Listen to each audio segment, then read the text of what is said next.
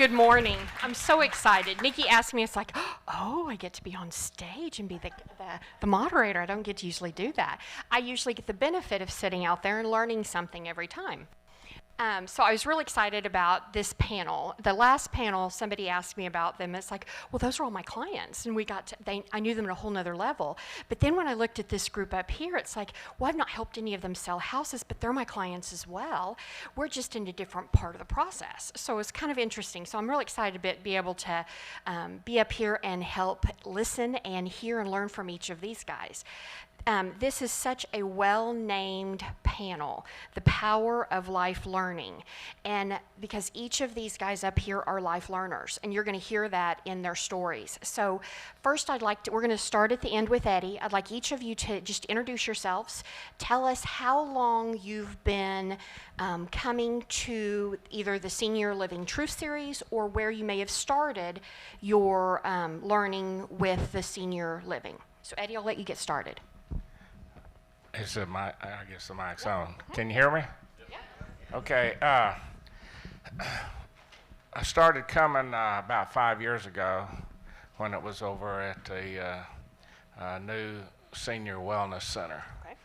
And my wife and I had just downsized at the time. And we'd moved from a bigger house and acreage and big barn and implements and all that sort of stuff to a smaller house. And so we went to one of these meetings, and Nikki was up there giving her spiel, as we appreciate. So the things that she was telling were things that my wife and I had just gone through.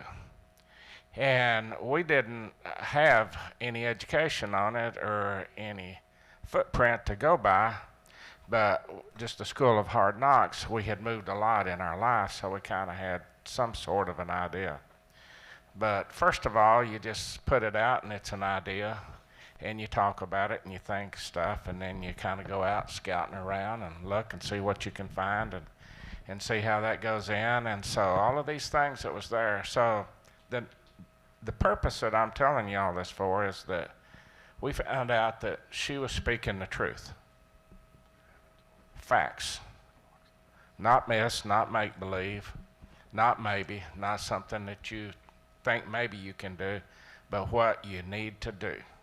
So this is where we got our respect for this program and this education.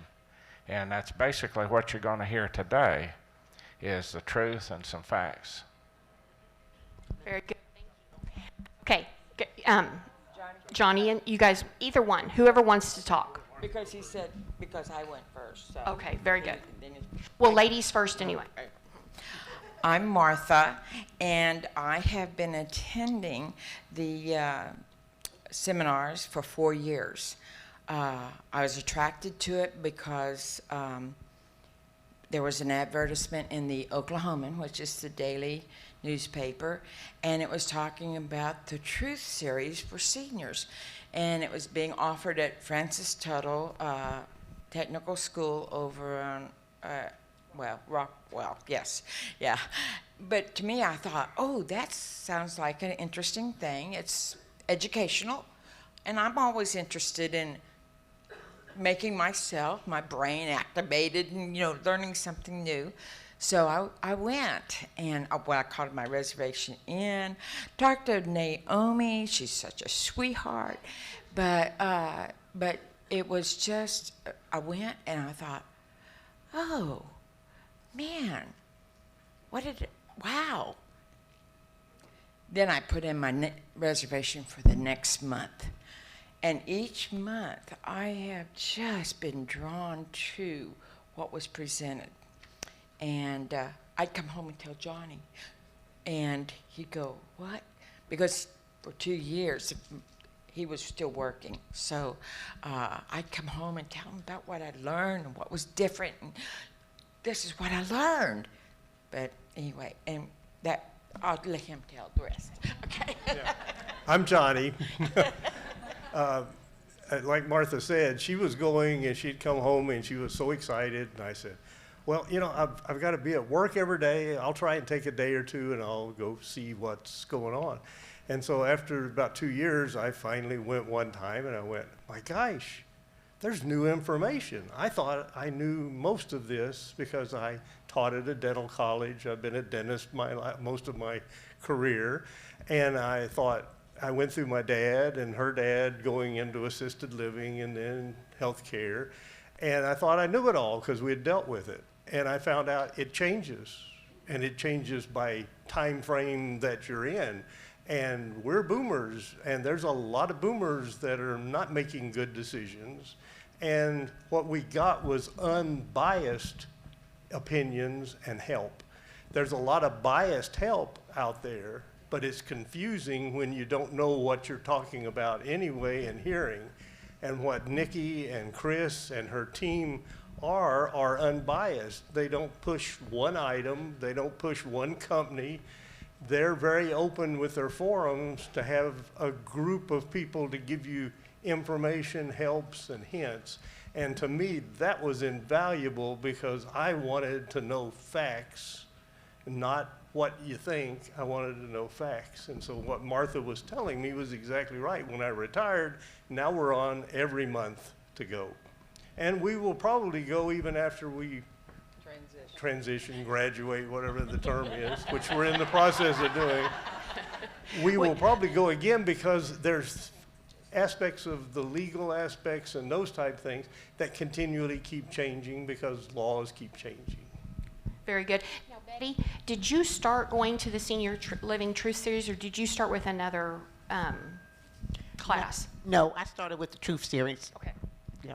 Matter of fact, I pulled out my paperwork, and if I keep the paperwork, that must mean it's worth it. So I have the little calendar back to 2019, Okay. all the way up to now. And what I like about it, and this is my 10th meeting, I've gone to every Truth Series this year. And I consider it very, very important to me. I just had hand surgery. And my daughter told me not to do anything. And I said, well, I'm not going to let anything slow me down. So I'm here. What I find important about the Truth Series is the word change in all capital letters. The definition is different for everyone. And that has helped me on my journey to eventually downsize, declutter, and accept what I can change. And that's what I'm doing now. And the Truth Series helps me. I love going every month. I meet people and I find questions I didn't think to answer. I get answers that surprise me. I learn things that I can share with those much younger than me. I worked for the government for 36 years. I moved federal agencies after the bombing. So I know about change in all aspects, and it helps. And now what I do is I pass it on. I pass it on to those younger than me that never think about it, to let them know, don't be afraid. Put change in capital letters and then use a definition that fits you. Very good, guys. So one of the things that each of you talked about was the topics. So tell me, what are some of the favorite topics that you've had? Betty, I'm going to let you start. What's your favorite topic that you've heard so far? Well, I can't remember the name of the topic, and I'm allowed to be forgetful, but... We appreciate selective, yeah. But I like topics that give me a visual. It lets me see what it is that they're talking about. You can still be a good speaker, but if I don't get a visual in my mind, I'm not going to retain what you're telling me. And so I like when Nikki gives out handouts for examples, and I keep some of them so that I know, like decluttering and downsizing. Now, downsizing could be you're moving, but downsizing could also just be getting rid of stuff, just like you do when you declutter. And now I don't look at it as a negative. Matter of fact, right now I'm embracing it because I understand it better from the seminars. And that's what I like. Now, Miss Betty, you and I met probably, actually around 2019. You invited Connie and I out to your house. And if I remember correctly, you were pretty adamant that you were not moving. Oh, yes. And that you weren't going to downsize anything, because I believe, if I remember correctly, your daughters wanted you to move to Houston, and they thought you were going to move next month. Yes. And that was in 2019. It didn't happen. But that you're able to say that now, 3 years later, 2 years later, that you're really excited about the process and not being hurried about it, huh? Right. Has this helped your daughters through the process, so what you're teaching them? Yes, absolutely. And here's another thing that's really good, especially when you have a daughter who retired as a drill sergeant. You know, and naturally she thinks I'm one of the recruits. So she's the one, just because I misplaced a few things in the house, and I have to call her in Houston and ask her where they are. She feels as though she can make a lot of decisions for me. But every time I go to these seminars, I share the information with her. I share the videos and the examples from the handouts, and suddenly she is becoming more aware of how to work with me and how to talk to me about change. And so, So Martha, with you and Johnny, so tell me, what kind of topics drew you in? Do you remember what topics are important to you? Which ones do you get really excited about when you see them that you know, and why are those valuable to you? Well, I can tell you the one that really impressed me, and this is before Johnny started doing the seminars, because I love antiques. And man, I got several things, because we lived in Germany, and over there, their throwaways are antiques over in our area, over here. So I got to collect a few of them and bring them back with us from our assignment in Germany. Anyway, I just loved it. And I thought, oh, my kids are going to love it. They were with me when we got them and stuff and all. Nikki happened to bring in 2 or 3 people, at least 2, that were talking about antiques and, the process and stuff. And there was one antique dealer that she turned around, and Nikki said, well, what about, passing the antiques on, your antique dishes or your antique frame pictures or whatever. And this antique dealer turned around and said, get rid of them, sell them, or enjoy them, because your kids are not going to want them, period. And I just sat there and went, but it opened up a conversation I had not had, I assumed, with my kids, but I had not had with our 3 kids. And that's what happens. It's through these seminars, it has opened up conversations that Johnny and I had assumed with our 3 kids that we're finding out a lot. So that's what has really drawn me back, because of the panels, the experts that they bring in, they give they give fact of what's in their background as far as they're educated about. And they're educating us personal property, law that has to do with wills and trust, but investments. It's been just so informative, because in the 4 years that I've gone, you just don't know how much has changed legally. And it's all come because Nikki and Chris have had these seminars. They're very educational, And that's what I've learned. So Very okay, good. Johnny. I'll be a little briefer. Yeah. The things that I've taken away from the topics were the ones that Nikki always says, if you have no plan, you're going to have chaos. If you have no plan and you don't have a plan B, you're in trouble for your future. And so what I learned was what questions I needed to ask people when I went to go look at a facility, not just to walk in and go, oh, it looks pretty on the outside.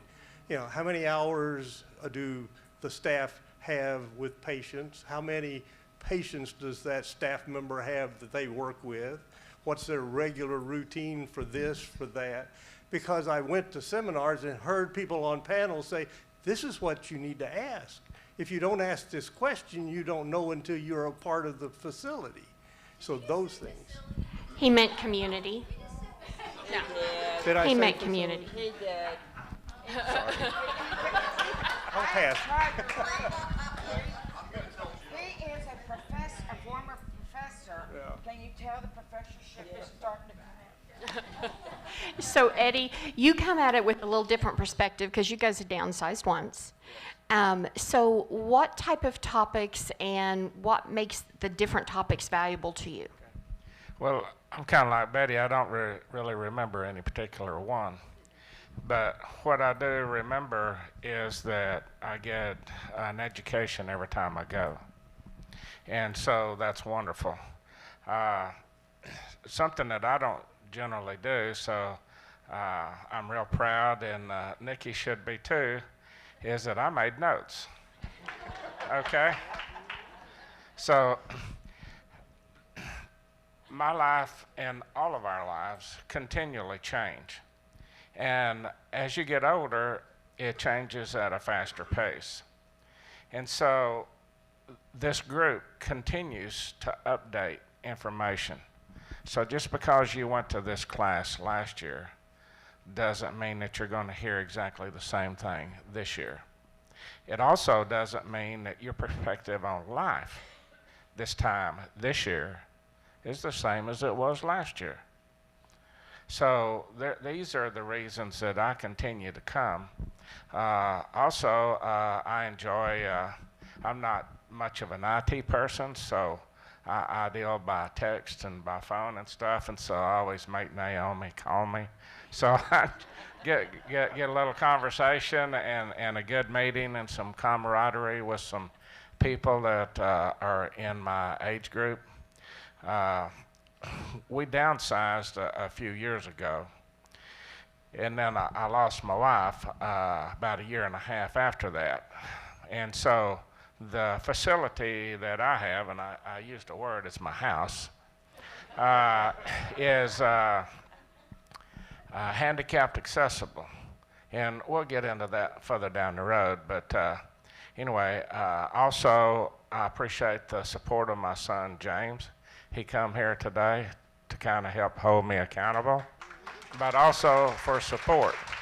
And so I have one daughter, and they both live in the area, 6 grandkids. And so I've really been blessed, and I enjoy coming to these meetings and the camaraderie that we have here.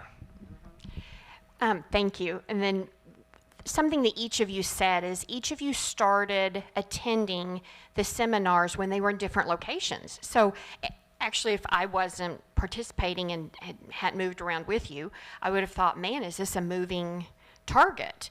So you've got to see several different places. I mean, Martha, you've seen at least 2.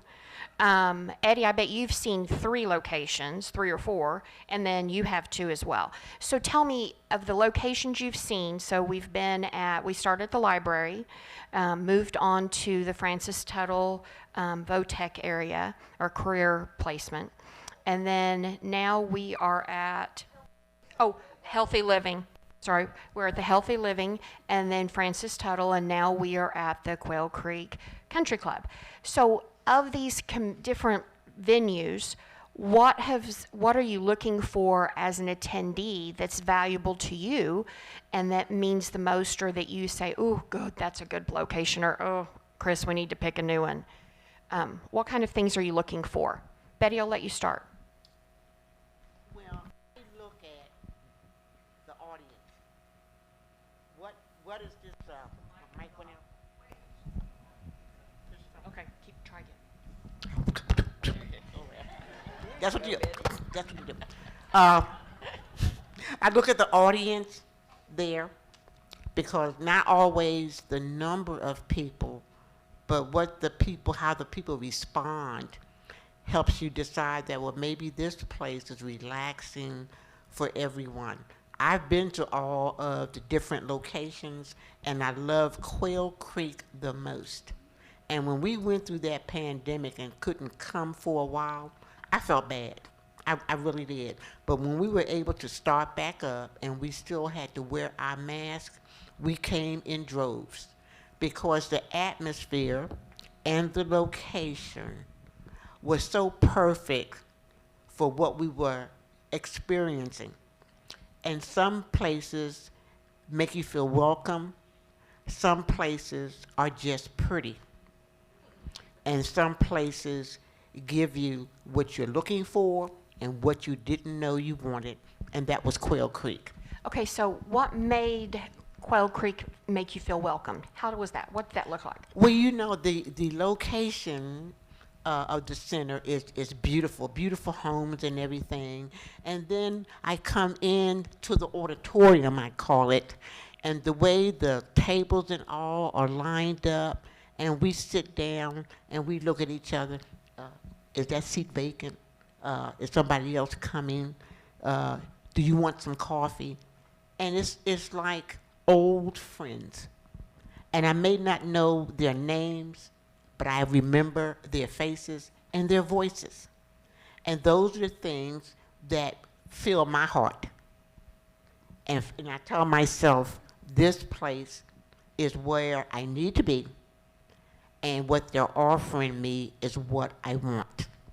Very good. Yeah. So Martha, tell us what things about the venues have you liked or disliked? Maybe something you didn't like about one of the venues that you thought, oh, thank goodness we kind of shifted. Francis Tuttle. We started off, when I started there, we had tables and chairs, nice, out, and we got to have conversation with people and stuff. But then we got so big that we had to remove the tables and just have chairs lined up. Well, you'd be surprised how, well, first of all, we didn't have a place to write and I complained to Nikki about it. So we didn't have a place to write our notes on because they were always presenting such great information. But then it was like the camaraderie that we feel like Betty was sharing, it was a little more separated before pandemic hit. I mean, it was just, that, well, if Johnny was with me, oh, that's my comfort area. But the other part was that you'd see about a space or two between people. So that made me feel uncomfortable. Not the presentation or anything, it's just, being able to have something to write notes on that I wanted to and stuff. So the room setup was really important. I thought it was, because now that we're at Quail Creek. Mm-hmm. We have the tables, and again, we're back to that talking with each other and, oh, this is our seat, or I always know where Betty's going to sit because she does. She usually gets her same place, the same seat, pretty much the same. Yep. So, but it becomes like, family more or less. So anyway, that's very good. Sorry, Nikki, I'm talking. No, these are good things. Because keep in mind, each of the realtors here, we've all had the experience of locating a venue and knowing how many people are going to be there, changing the room up. And I can tell you probably if I ask, how many of you have given a seminar, you showed up, and then you look at the room and go, okay, no, it's not going to work, and we're going to change it. Raise your hand if you've changed it the last 5 minutes. Yeah. There you go. We've all been there. Well, so very it was good. just that Nikki was so gracious when I said, we really need tables. I mean, she really was. It's just that we're old. I've almost started to say that word. That you don't like. My daughters threw at us. Anyway, we are more mature, and so we need that stability of being able to balance on a table instead of on my lap. Okay. Eddie, what do you think? Well, the place is generally checks off most of the boxes. They see to it through their experience that they've had. But it is nice when you have tables and you can write, you can lean on them, and have a drink. So it's just a lot more convenient that way. But the main thing about the meetings and stuff to me is not the place. It's where, and I don't know if I can do this holding the microphone or not, but there's a church, there's a steeple, open it up, and there's the people. Well, it's the people that make the difference, But a chair, and now today I did think, I said, those stools right over there, that's what they have the panel on most of the time, or something like that. And I was hoping they didn't have that up today, because that cuts circulation off in my feet, and I thought I'll fall down on my face when I get off that thing. So, thank you. Okay, so. I'm going to have a little sidebar about that, because I was a little nervous about those chairs too, because I forgot to put slacks on today. And if I sit on those chairs, it's like I've been walking up and down behind you guys because I couldn't have sat there. So I agree with you on that one. Okay, so we've talked a little bit about location. We've talked about the topics. Now, guys, one of the things, and you guys have talked a little bit about the panelists, but you've talked about what you like hearing about good panelists, that they're very detailed, share their history, their knowledge. So think about some of the panelists you've heard, and not that they were bad panelists, but things that are not valuable to you as a panelist. And maybe it's something that that we may not have had a bad panelist, but if you heard this, it would turn you off, that you would say, nope, I'm done and I'm moving on. So tell me about experiences or things that you would not want to hear from a panelist. From a panelist? From me? Yeah, for you. What you don't want to hear from me? You want to hear from everything. The panelist. Oh, from the would panelist. Not want to hear from the panelist. Oh, from a panelist. I don't want to hear negativity. I want to hear solutions. Give me your experience to a level where I can understand it. And I know I understand it when I constantly make eye contact with you. When your voice articulation makes me sit up straight and not lean my head over to take a nap. And so. Very good. Okay, good. Johnny, what do you think? What would you not want to hear in a panelist, or what have you heard that you think, oh, no, that's not a good panelist? Well, I can maybe sum it up better and say what you do well as a moderator with your people that you get is they're vetted very well and they know their information, but the person leading that period of time for discussions knows exactly what topic they're going to be talking on and exactly how broad the scope they need to have. Because with aging adults, if you get too detailed, you lose us. I mean, really in the details. And you mentioned that very well. It has to be presented at a level with complexity, but that you can understand it. And a compliment to Nikki and the group that has had panelists, everybody's taking notes. I mean, as a teacher, I know if you're not giving information people want, they're not taking notes. They're just not taking them. People take notes from the seminars because the panelists know their information and present it extremely well at a level we can understand it. Eddie, what do you think? Well, I don't appreciate panelists being negative, as Betty said, and also talking down to you. We do have our difficulties and things, but sometimes it's surprising what we do know and what we can think of. So the other thing is I don't appreciate advertising. And for the most part, in this group and in this, it doesn't happen.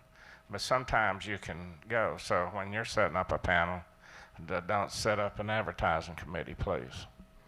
Yeah, it's not about selling. Do you ever feel like you're sold to when you go to the Senior Living Truth Series? No. No. No. Okay. So with that, kind of talking about selling, we do have sponsors. So you guys see the sponsors when you walk in the room. They're at the tables at the front. Tell me about, do you find that as an added value, and how have you utilized, maybe yes or no, maybe you've not utilized the sponsors, but how does that affect your visiting or attending the seminars? Eddie, I'm going to have you start with this one. That's really a good question, and I don't know all the answers to the inner workings of this system.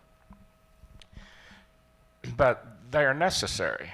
One is there was an advertisement on TV here a couple of years ago, and there was these really two rich ladies, and they had all this money, and the one young girl said, well, that money just doesn't spend itself.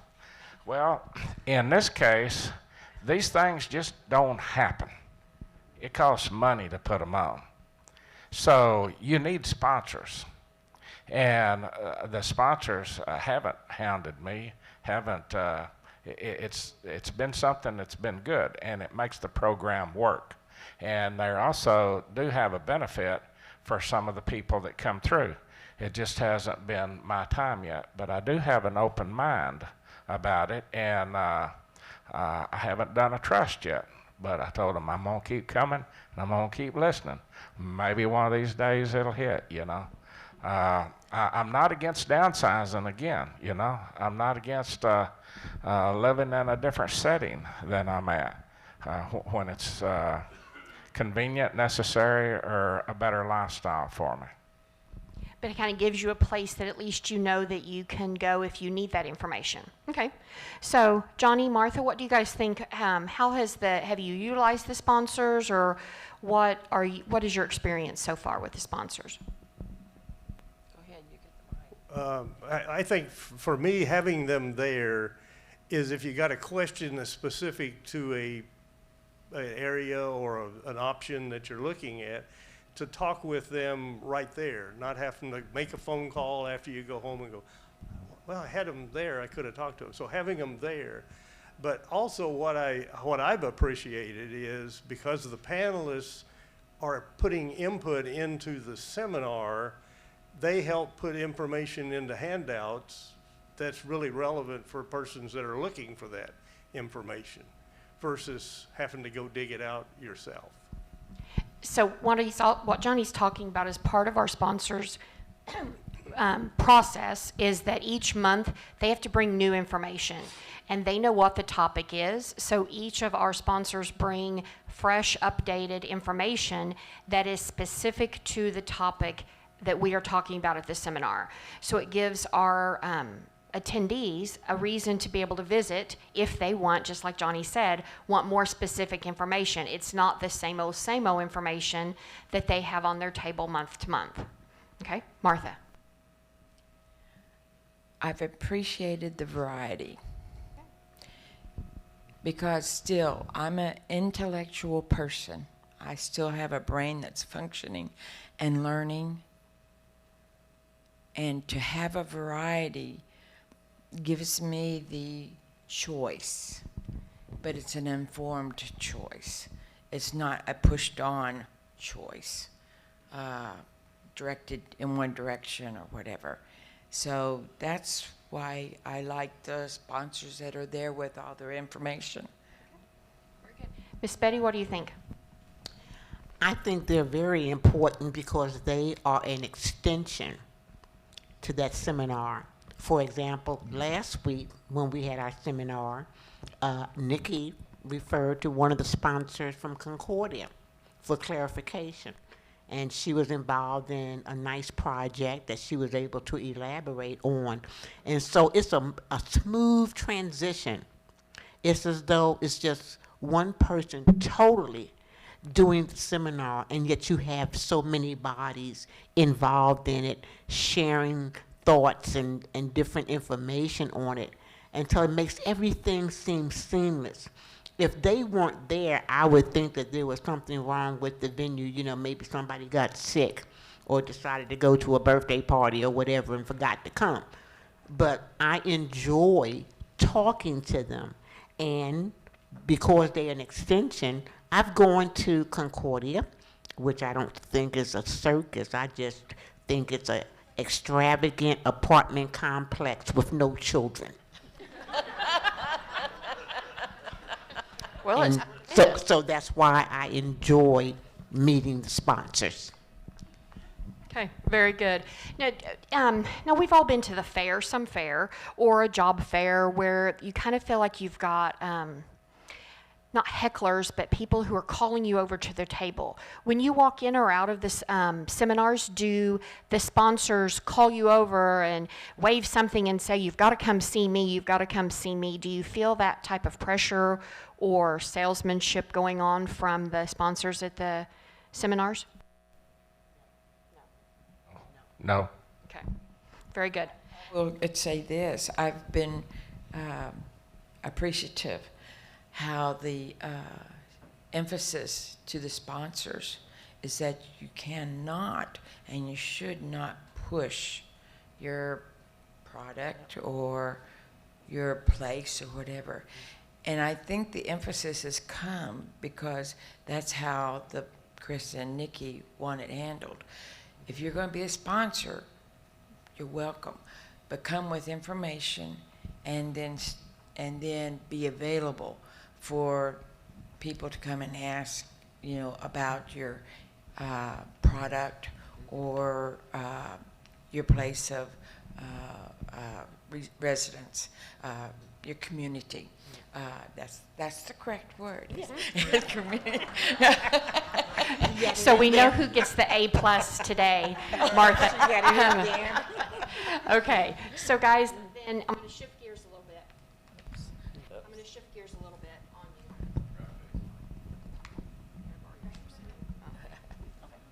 you. Okay, so I'm going to shift gears a little bit. So we've been talking about the Senior Living Truth Series. Next, what I want to ask about is a little bit about our Downsizers Club. We've just started that this year. We started in January. So what I want to ask is if you are part of the Downsizers Club, and if so, how has it been beneficial to you? So Miss Betty, I'm going to put you on the spot. So are you part of our Downsizers Club? No. So I guess it's not been beneficial yet for you, huh? No, not this time. Okay. Okay. So Miss Martha, are you part of the Downsizers Club? Yes. Has it been beneficial for you, and how? Oh my. Well, 2 months ago, in this Downsizers Club, we were told to set a goal for a month to accomplish something, to downsize. And I knew I had this tub about this tall full of family pictures. And I knew I needed to go through it, as well as about 6 or 7 full albums. Well, I didn't do it in a month, but I did almost get it by yesterday, which was the second month. And so those are getting kind of downsized, and that, but it's to make it where we have goals to accomplish something. And I felt good about it. But then I started looking around the rest of the house and decided, oh man, I got a lot more to go. But anyway, so we'll see what my next assignment will be. Very good. And you need to know, not only did she do her pictures well, but she came into our Downsizers Club yesterday and helped educate the rest of us, and the rest of us benefited from her hard work and what she's learned the last 2 months. So it was a total team effort too. So thank you. Johnny, what do you think? So you're part of the Downsizer Club, because if Martha is, we knew you are. So has it benefited you, and how? Yes, because accountability, and if you don't put people accountable, they'll put it off. It's just a thing that happens. We're on a little tighter time frame because we made a choice that we wanted to make the move early, and so we are scheduled to move in, but it's being remodeled for us. So we have a little bit of time, but the Downsizers is giving us lists, ideas, helps, Shannon the other day, I mean, she's there giving you a list of things to go through to look at, which when you're in the midst of doing, you don't always have the list of what you need to look for, where to find it, how to get it, and do that. It really helps when you have an accountability group, even if you're not using it right at that particular time. If you're just downsizing to be downsizing, having a group to help you go through that process really helps, I think. Very good. Eddie, so are you part of the Downsizers Club? Yes, And have you found it beneficial? yes. How?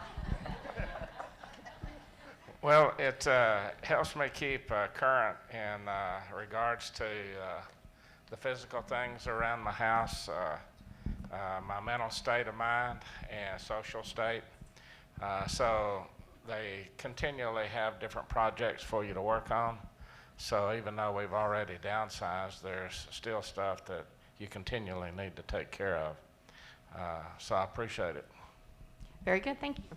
Okay, so there are, putting on our seminars, you guys have to know when the next seminar is. Be reminded of it. We're all pretty busy. So do you find the follow-up emails, the follow-up phone calls, do you find those valuable? Eddie, I'm going to have you go ahead and start this one. So do you like the follow-up phone calls and you find that valuable? Yes, I like them. And they call just to find out if you need anything, if you have any questions. They don't sit there and pump you. So that's very, very nice. I'll mention it to you in one way here. My daddy was a preacher, went to church all the time when I was young, always in small towns, small congregations. I got older, I got a little wild, ended up going to AA meetings. They were generally small and in small areas. Our senior groups are basically small. And so people would say, one time when I was at an AA meeting, they mentioned, well, you know, if you don't show up, do you want somebody to call you and find out if you're all right? Well, they do that in church a lot, you know, but also when I was young, I didn't appreciate that because I didn't want to tell what I was doing. But in this case, it's a lot more necessary, you know, for that to happen. But I just wanted to be sure that everybody else kept coming and doing what they was wanting to do, so when I needed a good, safe place to go, I'd have it. Well, you can count on these people. And when you go out and set up these things, you be somebody that's accountable, somebody that you're inviting into your life and your social well-being and everything. Take care of them. You feel valued with that phone call. Okay, Martha, what do you guys think? Do you, the phone calls, the emails, are those useful? Well, Johnny gave me the microphone because I usually get to do the talking in the email. Okay. Me and Naomi have just established a good rapport. But yes, they are valuable because there was one time, believe it or not, we keep a real strict calendar because we're just so busy in our wild life that I was going to say organized life, no, but no, that's wild is better, yes. That I missed having on our calendar that there was a meeting coming up. And I got an email from Naomi, and then I got a call from her, and I said, oh my, didn't realize that. I messed it up somewhere. But I was thankful for it because it was one that we really wanted to go to. I mean, it was one that just, you know, jumped out at us, and yes, we really wanted to go to that one, so okay. Miss Betty, what do you think? Well, you know, I don't like being forced to do technology, which I had to use to earn a living. And I don't mind the phone calls, and the robocalls drive me crazy. But for some reason, there's a different ring on the phone when Naomi calls. So I know it's her, and I like that. The other reason I like it it is so nice to hear a voice.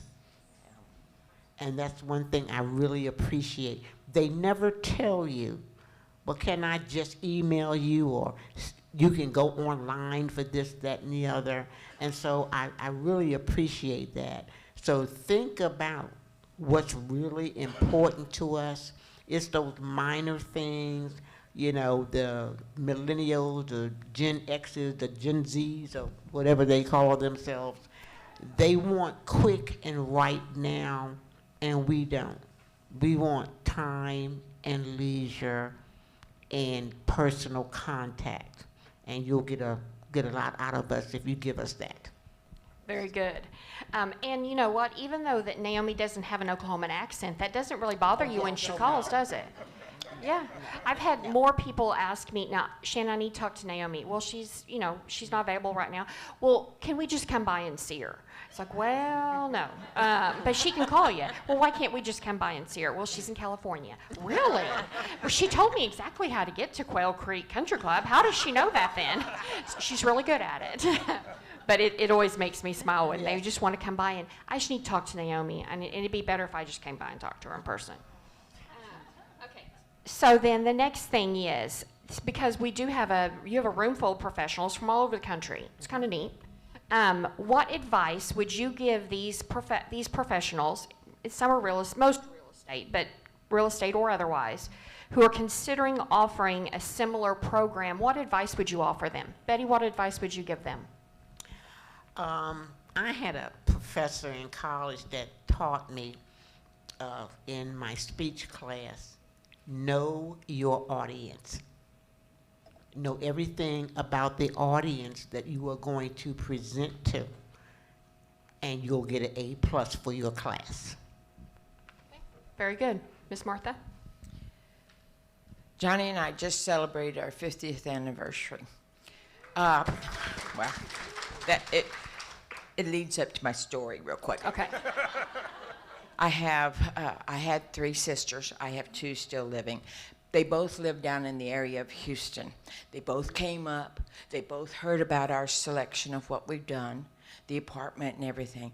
But they wanted to know the process. And I said, it's because we've been going to all these seminars. It just has really informed us of everything. And things that are coming out and the updated stuff.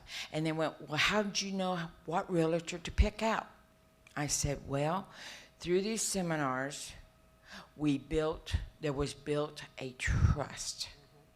Because of the fact that me and Johnny have had the opportunity to move around a lot with the military, and finally choosing that Oklahoma City was the place we were going to live, because of the fact that our kids met their spouses, grandkids came along. We weren't moving away.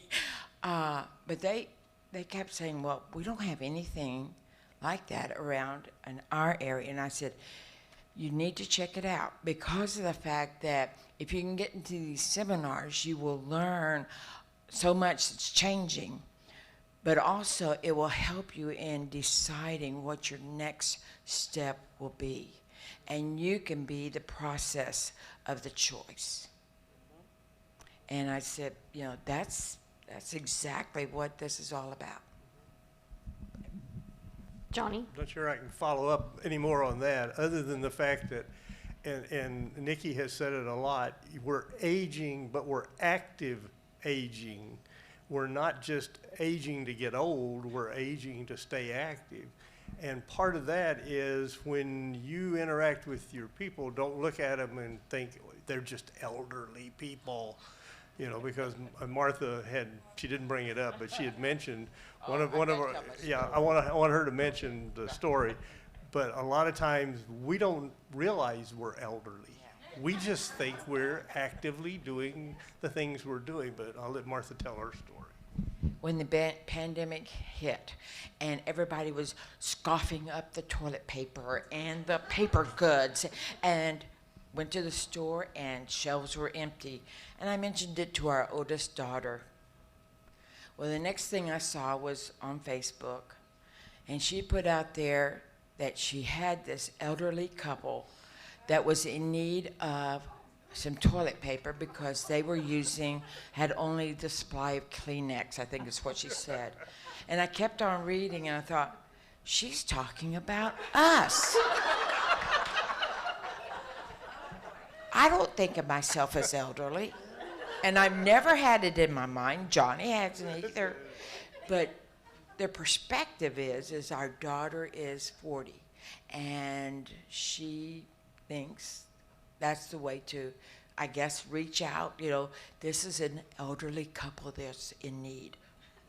We are actively aging in place, but it's just the perspective of generations. Okay, so Eddie, I don't know if I'd want to follow that one, Eddie. I'm sorry. That's a tough one there. That is. So what advice would you give the professionals to start one of these seminars? What would they want to make sure? What advice would you give them? It's going to cost you money to do it. Do it for the right reasons, okay? Don't take advantage of us. So just do things for the right reasons. Examine your heart. Basically, that's all I got on that subject. Well, I'm going to tell you, you followed up really well. That was perfect.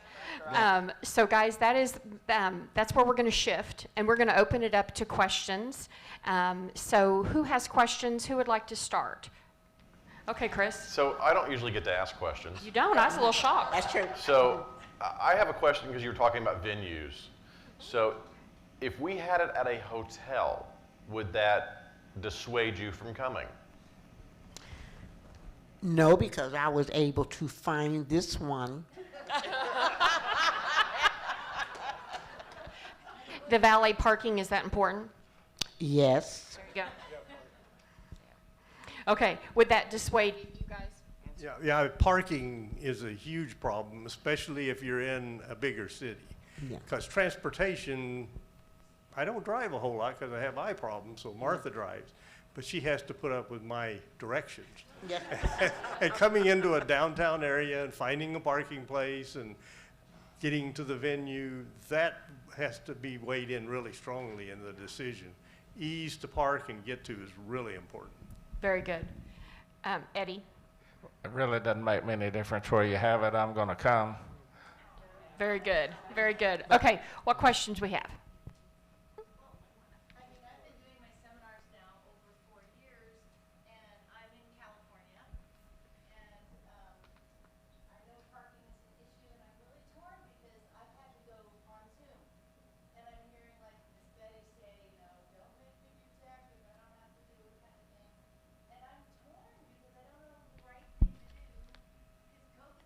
Respond to her.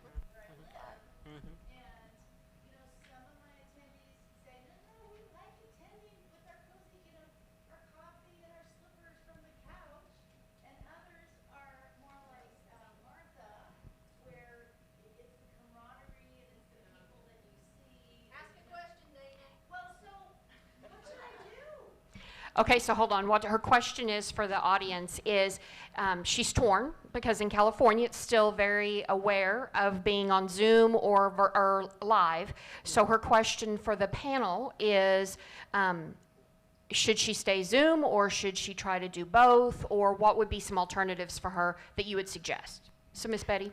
I would suggest that you use all of them if possible, because I'm finding out through my own family that once an older person gets online or uses Zoom without too much difficulty, the content of what you're presenting will make them want to use it again.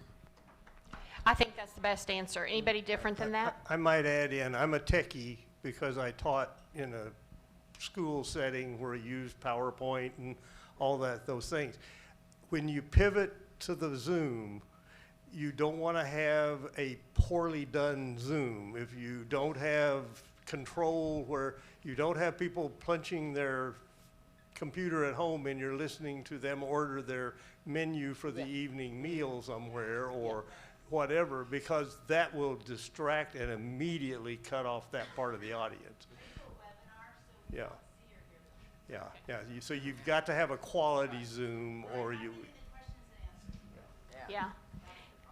Okay, good question, good discussion. What other question? Yes, ma'am. How long do these seminars last, and is there food involved? Okay, so guys, I know the answer, but I'll let you guys, how long do the seminars last in from your perception? Hour and a half. And no food. No. We have coffee and tea and water. And it's sufficient because by the time Nikki starts talking, you don't want to have her interrupted with your smacking, on the food. Yeah, and so you don't think about it. You don't think about it. Well, you're not going for the food, you're going for the content. You're going for the content. Good question, because that's been a debate. You need to know for us, for professionals, that's always, do we provide food? How much food? Should it be a sandwich? Should it be a meal? Should it be Yes. before a meal? I mean, trust me, I bet in this group, it's a debate. It's something we've discussed. Connie and I discussed it for years, and I've heard other people, it's always something that you think about. Nikki's always been the front runner. She knows that there's no food. She's focused on content, but you're looking at trying to draw people in. But it's a good discussion. I quickly wanted to add something to the lady from California. If you're going to want to start these seminars, maybe get your group to just come first and then gradually introduce a Zoom or whatever to increase your audience. Doing both has been very beneficial for us. It's Yeah. nice to have the choice. Yes. Okay? What are the questions? Any other questions? I think I've got a couple of minutes left. I wanted to just make a comment, what you were just talking about with the food, because we've had a wonderful layout where we do our seminars, and then with COVID, we went to package things. And I will tell you, as a presenter, it's always really irritating to me when I'm hearing somebody ruffling their bag and all Yes. that. Yes. But then again, when we don't have those snacks available, oh my goodness, they complain. Where is the food? When is that coming in? Yeah. But that's why they're Correct. coming. No, if you feel the need that you have to have something out there for them, make it like a cookie, a variety of cookies, and a plate or napkins. Something simple to cut back. Right now, though, with COVID, 'cause You're right. everything has to be packaged. Yeah, exactly. Okay, yes, ma'am. At the seminars, would you like the seminars to be mostly focused on downsizing and real estate issues, or do you like it when we're covering all types of aging issues, or even just modern day candid conversations where you can feel like you're engaging on topics? Okay, her question was for the audience or for the video group is, do you want your topics, are you wanting the topics to simply be around downsizing, real estate, or do you like it to go further into other topics and modern day issues, concerns? What is your preference on that? Eddie, we'll let you start. All issues. You're only going to downsize once or twice, And so, but these other problems, you have them every day, every month, So talk about all stuff. Well, estate information also. That's been valuable because it makes you, as a aging in place person, talk with children. They all of a sudden say, "You're doing what? Why? You're not. Are you ready?" In fact, we've heard that several times. Are y'all ready? Y'all are too active. Y'all are not immobile. You don't have complications like that. Oh, but we want to make the decision. And if we don't have information that's changing and it's available to us, then how can we make a great decision for us and not have our children have to make a decision we might not agree with? Miss Betty? I wanted to comment. I bring these every time I go to the Truth Series. And this is a list of topics that we discuss for the whole year. And it's not for me to just say I'll go to this one or I'll go to that one. I go to all of them. But I still know what we're talking about.